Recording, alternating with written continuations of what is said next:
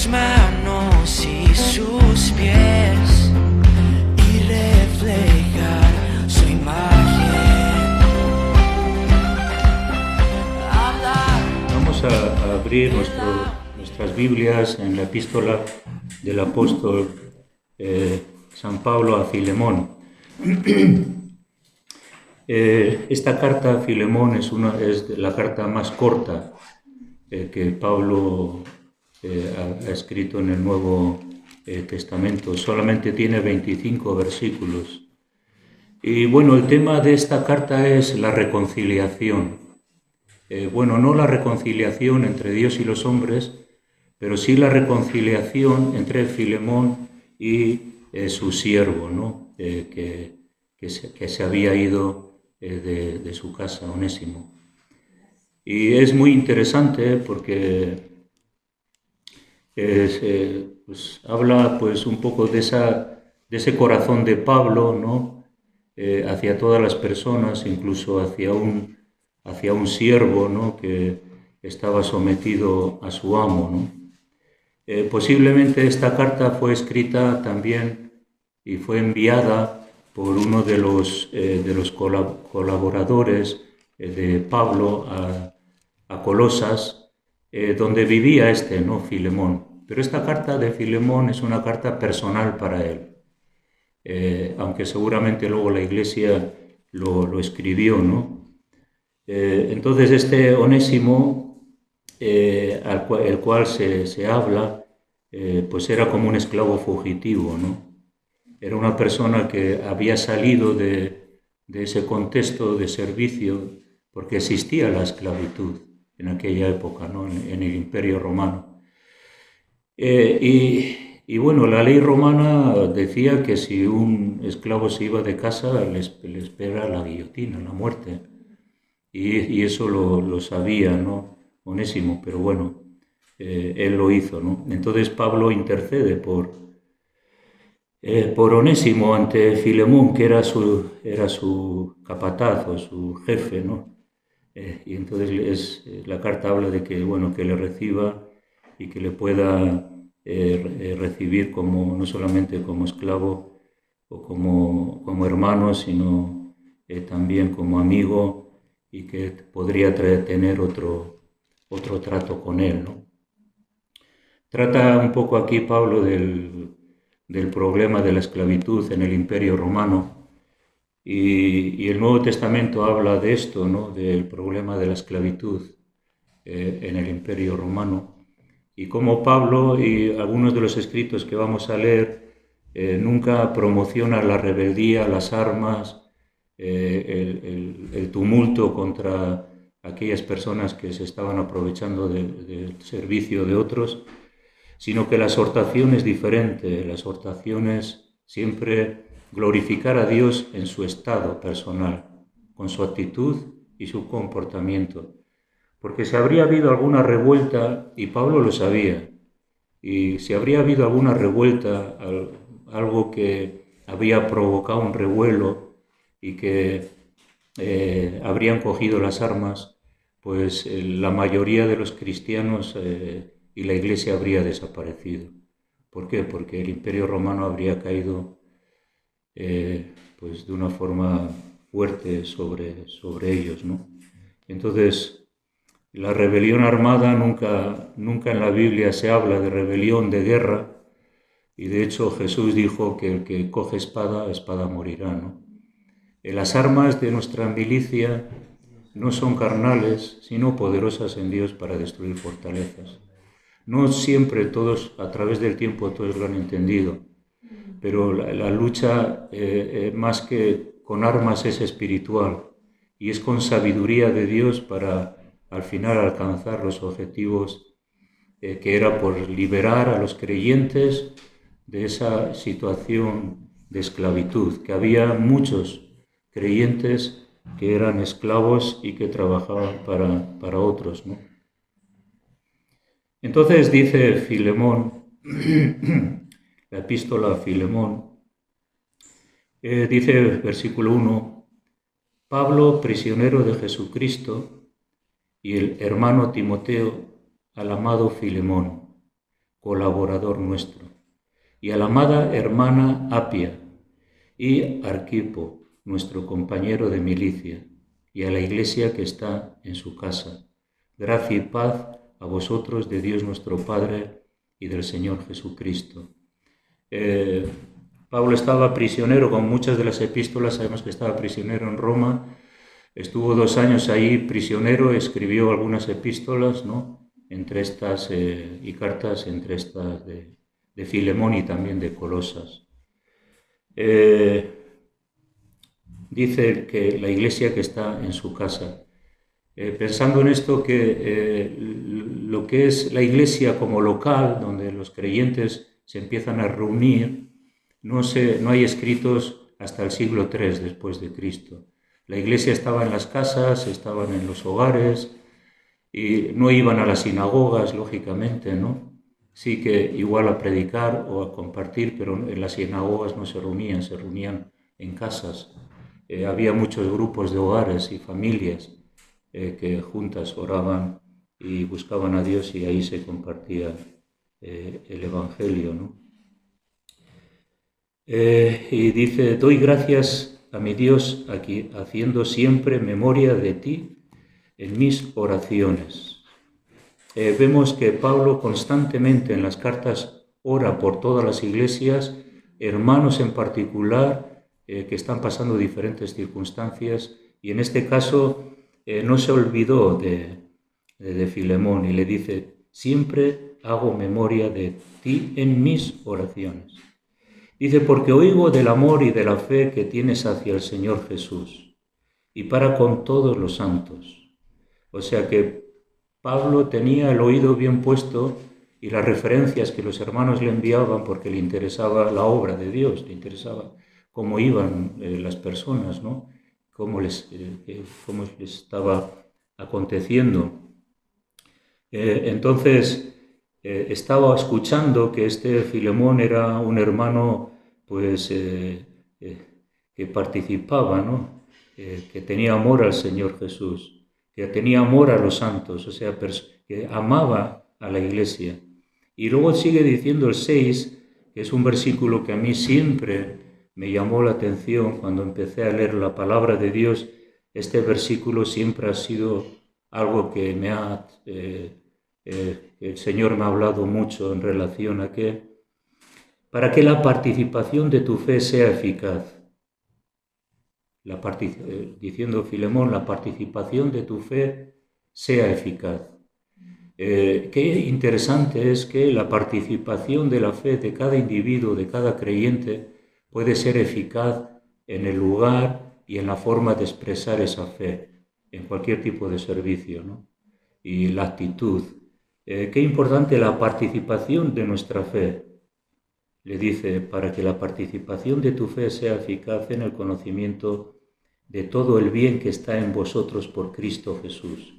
Así que esa fe, ese conocimiento nuestro, el bien que Dios ha desarrollado en nosotros, el carácter que ha desarrollado en nosotros, hacer partícipe a los demás, es de tremenda bendición. Y eso es la iglesia, la participación de la fe de cada hermano y de cada hermana en cuanto al conocimiento que Dios nos ha dado, y poder plasmarlo en el servicio en la iglesia dependiendo de los dones y los ministerios. Sigue diciendo el 7 que tengo gran consolación, pues tenemos gran gozo y consolación en tu amor, porque por ti, oh hermano, han sido confortados los corazones de los santos.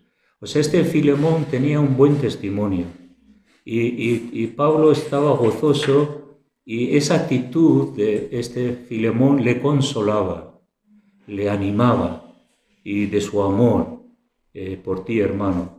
Y dice que por él, por Filemón, han sido confortados los corazones de los santos. Yo creo que esto nos pasa cuando vemos a los hermanos, el amor a Dios, el amor a la iglesia, el amor al ministerio.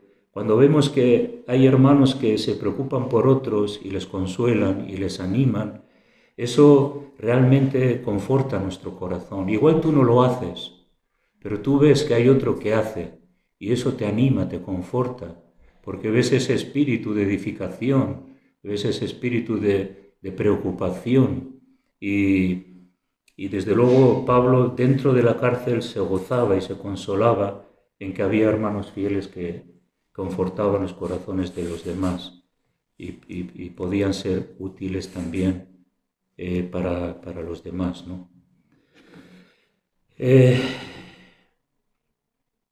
Versículo 8, por lo cual, aunque tengo mucha libertad en Cristo para mandarte lo que conviene, más bien te ruego por amor, siendo como yo, Pablo, ya anciano y ahora además prisionero de Jesucristo. Pablo reconocía su autoridad espiritual y que le podía mandar a Filemón lo conveniente, lo que debería de hacer en ese caso. Pero sin embargo, Pablo no le impone nada. Lo que le hace es ver que te ruego por amor, que hagas lo que te estoy diciendo, que sea algo voluntario tuyo, no algo impositivo, ¿no? Y es lo que vemos aquí, la delicadeza, la prudencia, la sabiduría de Pablo para mover a Filemón a que haría las cosas por convencimiento personal. Y yo creo que esto es importante también en la Iglesia. En la Iglesia nada se puede hacer por imposición, por mandato, sino que tenemos que promover que cada uno voluntariamente sirva, porque eso es lo efectivo, ¿no? Porque nadie nos debemos de sentir obligados a hacer algo. Más bien debemos de sentirnos con el amor y la buena voluntad de nuestro corazón en hacer aquello que se nos pide o aquello que creemos que debemos de hacer. Esto es sabiduría, ¿no? No se puede ir dando a la gente con la Biblia en la cabeza, ¿no? ¡Bum! Y si es gorda, pues le puedes hacer mucho daño. Y esto se ve el corazón cálido, ¿no? de Pablo hacia Filemón. Decir que Filemón significa amable, cariñoso, afectuoso, hospitalario. Y sí que realmente estas características Pablo las plasma aquí, ¿no? De su testimonio. Pero claro, tenía que trabajar en Filemón esa mentalidad, ¿no? De que aunque haya personas a su cargo, pues si son hermanos les debe de tratar como hermanos y les debe tratar al mismo nivel y que no son personas de menos valor. Y eso es lo que trata Pablo de hacerle ver, ¿no? Porque así también el tema de la esclavitud se pudo ir diluyendo por esa cultura, ¿no? de respeto a las autoridades, de respeto a los que están por encima, que te dicen lo que tienes que hacer. Y con esa actitud pues se fue liberando la esclavitud. Pasó lo mismo con la mujer. El cristianismo ha traído libertad, quitó la esclavitud y dignificó a la mujer. ¿Por qué? Porque el cristianismo es ética, moral y amor, respeto. Y cuando el Evangelio entra en el corazón de la persona, cambia su contexto. Y eso es lo que hace el Evangelio, que transforma, ¿no? La Biblia habla de que el reino de los cielos es como unas medidas de masa, que esa medida de masa transforma, ¿no? Transforma el exterior suyo, ¿no? Y poco a poco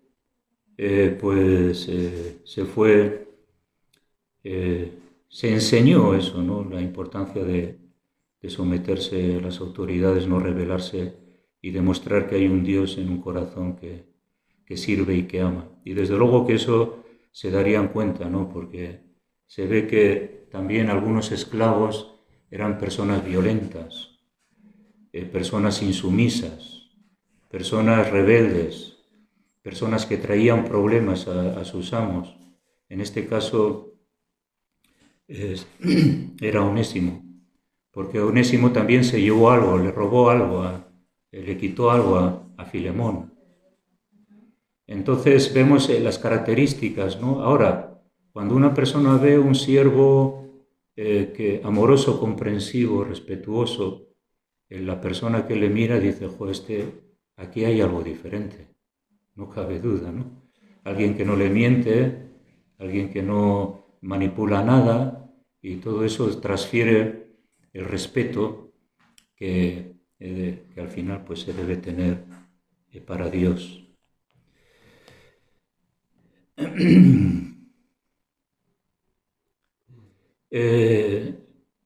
Podía mandarle lo que conviene, pero sin embargo Pablo promueve que las personas voluntariamente accedan a lo que se les pide y reconozcan esa necesidad. Así que le dice, más bien te ruego por amor, versículo 9, siendo como soy Pablo, ya anciano y ahora además prisionero de Jesucristo. Te ruego por amor, te ruego por mi hijo Onésimo. Fijaros cómo le trata a Onésimo, el esclavo de Filemón. Le dice, te ruego por mi hijo Onésimo, a quien engendré en mis prisiones, el cual en otro tiempo te fue inútil. Me llama la atención esto, que le dice, bueno, en otro tiempo te fue inútil, seguramente era un siervo que no podías con él, no te hacía nada, se escondía, tenías que buscarle, o yo qué sé, mil cosas. En otro tiempo te fue inútil, pero ahora a ti y a mí nos es útil. O sea que había habido un cambio. Ahora sí que este Onésimo nos es útil. Además, Onésimo significa útil. Es curioso. Muchos de los Onésimo significa que es útil, es una persona útil. ¿Y qué había ocurrido? Que Pablo le engendró en las prisiones. Él había sido transformado y cambiado por el Evangelio. Había sido inútil, ahora es útil. Cuando nosotros estamos fuera del Señor somos como inútiles. No hacemos nada bien, nos complicamos la vida, pero luego cuando el Señor nos transforma somos útiles, capacitados por Dios y por el Evangelio para llevar a cabo la obra que Dios nos ha dado. Entonces le dice Pablo, el cual vuelvo a enviarte, pues recíbele como a mí mismo. Le dice, fijaros, recíbele como a mí mismo. Tal afecto tenía Pablo a Filemón que le dice que le reciba como a mí mismo, ¿no? Y le dice, yo quisiera retenerle conmigo para que en lugar tuyo me sirviese en mis prisiones por el Evangelio. Así que Pablo veía un potencial en este hermano Onésimo, pero sin embargo él dice, bueno, a mí me gustaría retenerle, pero creo que te lo tengo que devolver y tú tienes que tomar la decisión, ¿no? El respeto de Pablo a las autoridades. Cuando uno está en autoridad, eso no significa que tú no te tienes que someter a las demás autoridades, sino todo lo contrario, el respeto a aquellos que están en autoridad y al cual tú te tienes que someter. Y en ese sentido es interesante que Pablo trata, ¿no?, muy bien el tema, ¿no?, y le ayuda que le hace entender que yo me gustaría que estaría conmigo, que me sirviera en mis prisiones, es una buena persona que está dispuesta a pagar el precio, a servirme, está dispuesta a sacrificarse, y esas son las personas que a mí me gustaría tener, ¿no? Pero dice, pero nada quise hacer sin tu consentimiento, para que tu favor no fuese como de necesidad, sino voluntario. Aquí vemos la clave, que le dice que si realmente cambias de opinión, que sea algo voluntario, no por necesidad. Y podemos hacer muchas cosas voluntariamente surgidas del corazón, o podemos hacerlas por necesidad, imposición, o para que los demás vean que por lo menos hago algo. Sí que es importante porque el desarrollo de nuestro servicio tiene que ver con la voluntariedad. nada tiene que ver con la imposición o con la necesidad. Sí que a veces vemos necesidades, pero voluntariamente yo pongo mi vida para cubrir esa necesidad, ¿no? Para hacer que eso funcione. Y así es también nuestra vida. Muy interesante el versículo 15. Dice, porque quizás para esto se apartó de ti por algún tiempo. Porque quizás para eso se apartó de ti por algún tiempo. Vemos aquí la providencia de Dios, ¿no? Que se apartó por un tiempo y Dios tenía un plan y se encontró con Pablo. Y ninguna cosa ocurre por casualidad. Y de esto ya hemos hablado, ¿no? Que cuando Dios viene a nuestro encuentro o cuando vemos que Dios está tratando con nuestras vidas, está hablando a nuestros corazones, las circunstancias, el lugar, pues son cosas que Dios ya ha previsto para que nosotros le conozcamos. No es por casualidad. Entonces, Pablo está como pensando, bueno, Onésimo salió de allí, pero se ha encontrado conmigo y aquí está Dios. Dios está obrando en medio de esta circunstancia específica. Y eso es lo que realmente ocurrió en nuestras vidas, ¿no? Cuando el Señor se acercó a nosotros fue en el momento idóneo, quizás en el lugar idóneo, en la etapa idónea. Dios nos visitó. Y Dios tiene el momento y el tiempo por encima de lo que hayamos hecho. Sí que se portó mal, pero sin embargo Dios nos llama cuando peor estamos. Y seguramente la vida de este hombre no era nada halagüeña. Un esclavo fugitivo que si le pillan le matan y encima, pues bueno, por alguna circunstancia se encontró con este hombre, ¿no? Y Pablo se convirtió. Entonces le dice el 16, no ya como esclavo, sino como más que esclavo, como hermano amado, mayormente para mí, pero cuanto más para ti, tanto en la carne como en el Señor. Así que le está diciendo, ya no como esclavo, le está como insinuando que le dice Filemón, ya no le recibas como esclavo. Como diciendo, quita esa mentalidad de esclavitud. Y como también exhorta la palabra de Dios a los empresarios y a las personas que tienen obreros, ¿no? Que debe de tratarle a la gente bien, ¿no? Y entonces le dice, ya no le trates como esclavo, sino como hermano amado. Seguramente sí que lo entendía, porque quizás Filemón solamente veía a los hermanos amados en la iglesia a los cuales había que servir. Pero quizás la mentalidad de esclavitud podría costarle aceptar a un hermano esclavo. Y se tenía que cambiar esa mentalidad, ¿no? Y eso es lo que Pablo le dice, ¿no? Que ya es hermano en el Señor. El versículo 17, así que si me tienes por compañero, como diciendo, bueno, si me tienes por compañero, dice, recíbele como a mí mismo. Y claro, Filemón sabía quién era Pablo, y seguramente Pablo en Colosas le había ganado para Cristo. Y se llevaban bien Pablo y Filemón. Filemón, una persona amada por Pablo, y Filemón, una persona que seguramente respetaría a Pablo porque sabía quién era. Y tenían una común unidad en amor, ¿no? Y entonces le dice, recíbele como a mí mismo. Y le está diciendo, Filemón, si tú me recibirías a mí, ¿cómo me recibirías? Como una buena comida, un buen trato, una buena cama mullida, como viajante. ¿Cómo me tratarías? Filemón le dice, pues trátale igual como si me tratarías a mí. Fijaros, ¿no? Lo que hace el Evangelio. Ensalta a las personas, da valor, levanta la dignidad y hace que todos a los ojos de Dios somos iguales. Dios no hace acepción de personas.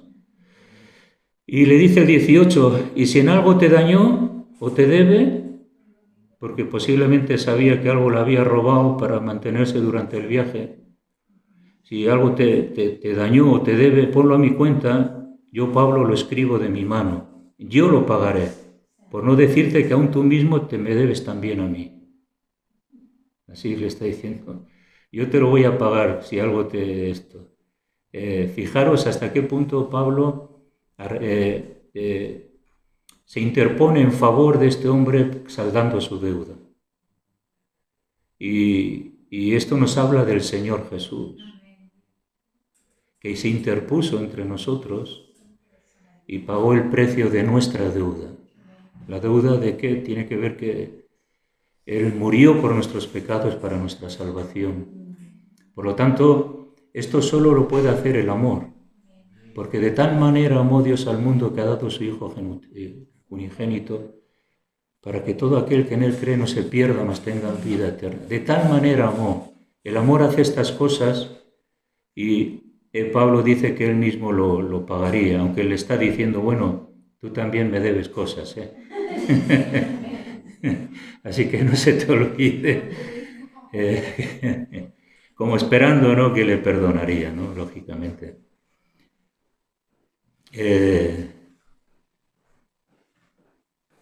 Sí, hermano, tengan yo algún provecho de ti en el Señor. Y le dice, conforta mi corazón en el Señor. Para Pablo esto era importante porque su corazón iba a ser confortado, porque Onésimo iba a ser tratado como él esperaba. Y por lo tanto, cuando una persona es tratada, bien tratada, pues el corazón se conforta, ¿no? Y le dice, te escribo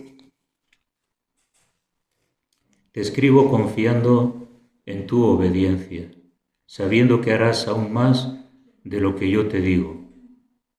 Prepárame también alojamiento, porque espero que por vuestras oraciones os seré concedido. Y bueno, muy interesante esto también. Te saludan Epafras, mi compañero de prisiones por Cristo Jesús, Marcos, Aristarco, Demas y Lucas, mis colaboradores. La gracia de nuestro Señor Jesucristo sea con vuestro espíritu. El otro día vemos que este Demas, que era colaborador, luego se apartó, ¿no? Se apartó de Pablo y le dejó solo. Y hablamos de que Pablo se quedó bastante solito, ¿no? Colosenses 3:22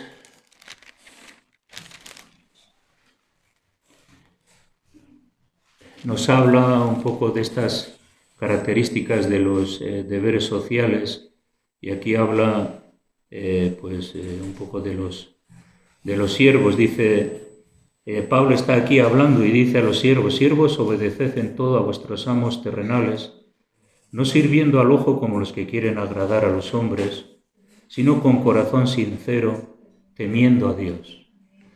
Es tremendamente poderoso este versículo. Este versículo hay que entenderlo con una mente espiritual. No se puede entender con una mente reivindicativa y de exigencias. Es una mente espiritual que lo que presenta aquí es que podemos ganar a los demás a través de cosas extraordinarias que desarrollamos en nuestra vida para glorificar a Dios. Siervos, obedeced a vuestros amos terrenales en todo, no sirviéndoles a ellos, sino sobre todo como sirviéndoles al Señor. Primera de Timoteo, capítulo 6, versículo 1 y 2, también habla esto. Dice, todos los que están bajo el yugo de esclavitud tengan a sus amos por dignos de todo honor, para que no sea blasfemado el nombre de Dios y la doctrina. Esto, si queréis, lo podéis leer en casa. Podíamos desarrollarlo ahora, pero no lo vamos a hacer. Por eso es bueno a veces tener apuntes, ir a tu casa, leerlo y afirmar esta enseñanza que es muy importante también para nuestra vida, ¿no? Todos los que están bajo el yugo de esclavitud tengan a sus amos por dignos de todo honor, para que no sea blasfemado el nombre de Dios y la doctrina. Había un sentido y un fundamento en todo esto. Es que el nombre del Señor sería exaltado a través de nuestro comportamiento y la doctrina sería algo que podría ser relevante para aquellos que miran. Y dice, y a los que tienen amos creyentes, no los tengan en menos por ser hermanos, sino sírvales mejor, por cuanto son creyentes y amados los que se benefician de su buen servicio. Esto enseña y exhorta. Esto es lo que tenía que hacer. Difícil, ¿no? Este trabajo, ¿no? Hacer ver a las personas que la estrategia de Dios es diferente. Es diferente en ese sentido. Tito 2:9. Como toca este tema de Filemón, el tema de la esclavitud, también aquí dice, exhorta a los siervos a que se sujeten a sus amos, que agraden en todo. Y esto que dice es seguramente una de las características que se veía en los siervos. Dice, que no sean respondones. Hoy en día en nuestro ámbito empresarial, cuando viene el jefe y te dice algo, ¿y por qué lo voy a hacer? Pues tú no tienes ni idea. Pues si alguien te dice que hagas algo, será por algo, ¿no? No seas respondón. O sea, acepta lo que se te dice aunque no lo entiendas. Esa es aunque veas que pueda ser diferente, él es el responsable, ¿no? Que agraden en todo, que no sean respondones. Y dice que no defraudando, sino mostrándose fieles en todo. ¿Qué es defraudar? No trabajar lo suficiente, escaquearse demasiado. No, es que en vez de 2 horas he estado 5. Defraudar. Y esto era algo que seguramente se daba, ¿no? En esa época, y la enseñanza está ahí, ¿no? No defraudando, mostrándose fieles en todo. ¿Por qué? Para que en todo adornen la doctrina de Dios nuestro Salvador. Esa es la clave. Adornar la doctrina del Señor y que la gente despierte y diga, bueno, ¿qué hay aquí, no? Y Dios es glorificado a través de eso. Y 1 Pedro 2:18, también esto es para que nos demos cuenta de la estrategia espiritual de la doctrina bíblica en cuanto a la esclavitud, donde poco a poco se fue difamando, ¿no? Y se fue quitando, ¿no? Eso no significa que todavía exista, pero el cristianismo ha erradicado mucho de esto, ¿no?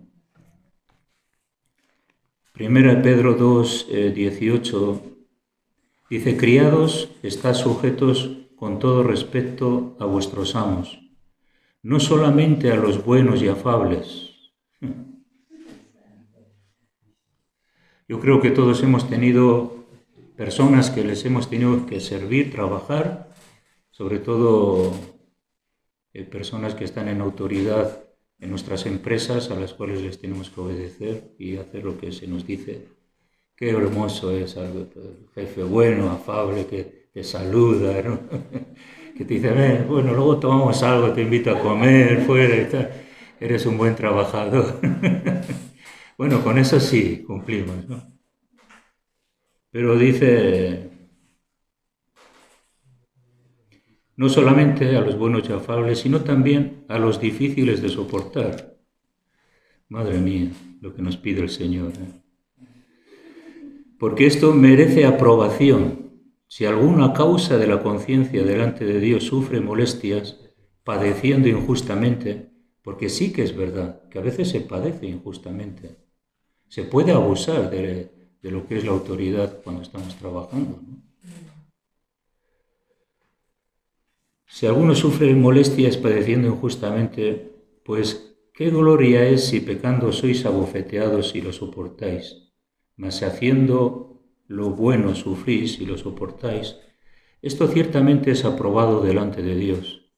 Pues para esto fuisteis llamados, y aquí tenemos el ejemplo, porque también Cristo padeció por nosotros, dejándonos ejemplo para que sigáis sus pisadas, el cual no hizo pecado, ni se halló engaño en su boca, quien cuando le maldecía no respondía con maldición.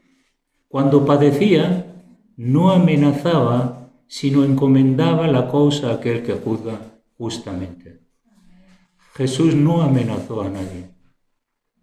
Y a veces hay muchas amenazas, de hecho hay mucha violencia, porque el trato es injusto y a veces genera la violencia hasta la muerte y hasta la destrucción de la otra persona como consecuencia de lo que a uno le pueden hacer.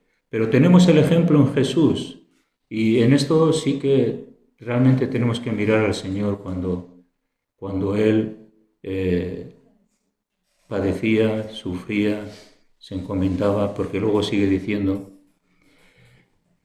quien llevó él mismo nuestros pecados en su cuerpo sobre el madero, para que nosotros, estando muertos en los pecados, vivamos a la justicia, y por cuya herida fuisteis sanados, porque vosotros erais como ovejas descarriadas, pero ahora habéis vuelto al pastor y obispo de vuestras ovejas. Si el Señor habría cogido la espada y habría usado sus ejércitos celestiales, no se habría culminado el plan de Dios de salvación, porque Jesús era ese cordero manso, que fue a la cruz mansamente, sin quejarse. Y entonces nos está diciendo: ¿de qué nos vamos a quejar nosotros? Tenemos que desarrollar el amor, porque quizás nuestros enemigos se pueden convertir, quizás nuestro jefe se puede convertir, quizás esa persona que le tengo que soportar porque estoy trabajando para él se puede convertir. Y en vez de quejarnos, la estrategia es orar. Y yo te digo que las cosas cambian. Incluso pueden dejar de hacer aquello que estaban haciendo porque se dan cuenta que su conciencia les acusa, que se están metiendo con una persona humilde que hace bien las cosas, que no tiene por qué quejarse, ¿no? Y esa es la estrategia.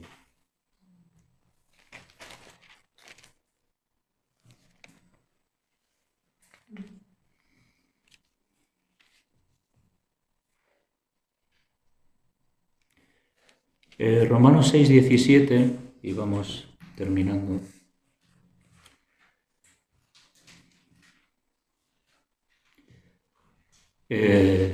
Pero gracias a Dios que aunque erais esclavos del pecado, habéis obedecido de corazón aquella forma de doctrina a la cual fuisteis entregados, y libertados del pecado vinisteis a ser siervos de la justicia. Fijémonos que nosotros éramos esclavos del pecado, no esclavos físicamente, pero sí la esclavitud del pecado es tan fuerte o más que la esclavitud empresarial o de cualquier otro tipo de trabajo. Pero hemos sido libertados. Qué hermoso es, ¿no?, que nosotros, siendo pecadores, Cristo murió por nosotros y hemos sido libertados. Versículo 20, porque cuando erais esclavos del pecado erais libres acerca de la justicia. Pero ¿qué fruto teníais de aquellas cosas de las cuales ahora os avergonzáis? Porque el fin de ellas es muerte.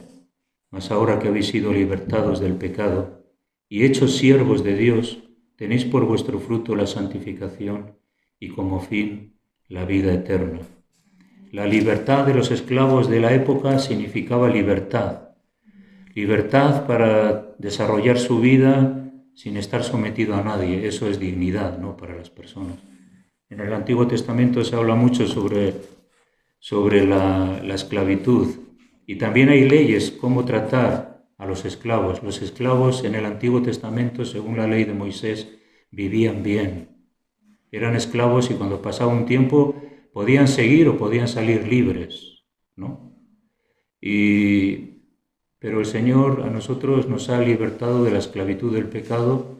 Hemos sido libres por medio de Jesucristo y bueno, este Onésimo seguramente experimentó una etapa maravillosa en su vida cuando se encontró otra vez con Pablo, ¿no lo creéis?